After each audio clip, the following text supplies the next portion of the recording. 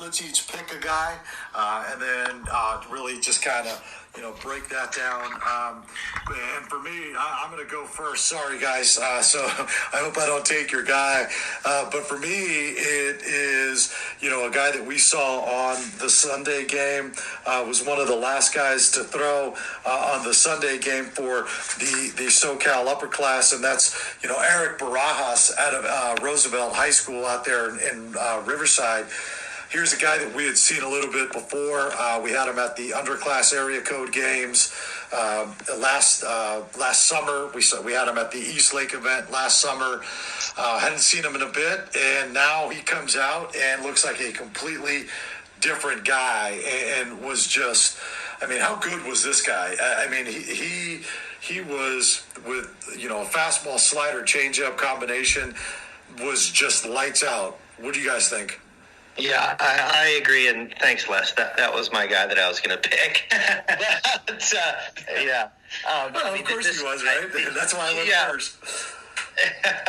The effort in what he was doing out there, grunting on changeups, grunting on fastballs. He's given unbelievable effort, and the stuff just plays, right? Fading change, cutting fastball, sharp late breaking curveball.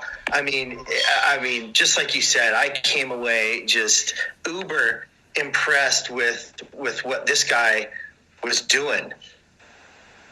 Steve, I think what you're talking about, that added oomph that he was trying to get out there, I think it kind of fooled some hitters, because then he would throw that slider with that same oomph, and it was not in the zone. That slider was one of those pitches that I had a couple stars on, because it was wipeout, man. It was swing and miss type of pitch, late at the plate. The arms loose. The body definitely has the space to keep adding to it. With the 3 pitches that he has in a year or so, he could be easily pitching, Friday, Saturday, Sunday night type of guy. And if not there, a late bullpen arm at a college level, easy. Yeah, and he still has some physical projection, right? I don't know that he's done at 6'2", 175.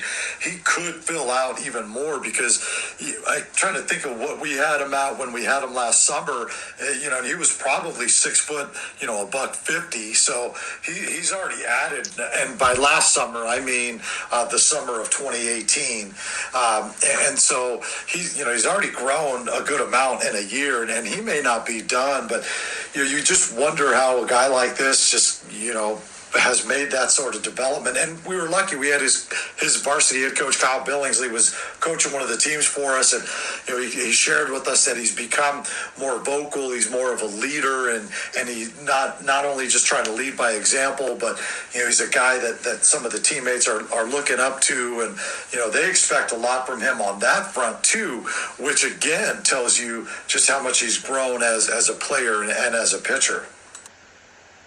Yeah, you got to love that. That's the type of thing you want from these kids is, I know Steve talks about earlier how the young guys are fun to watch because you can project on it. And then one of the things I like with the older guys is you do see that projection having to occur. And those guys that have seen it occur keep getting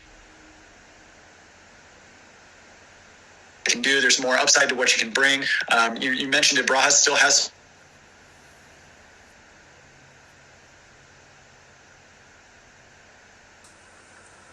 Not sure if we put you there. And if that slider stays as tight as it was, that's nasty type of stuff right there. Yeah, we lost you there for a second, Ryan. But yeah, you're right. Barajas is definitely that's my guy. That was my pick to click from the weekend in terms of a dude that just wowed me. Who do you got? I'm gonna go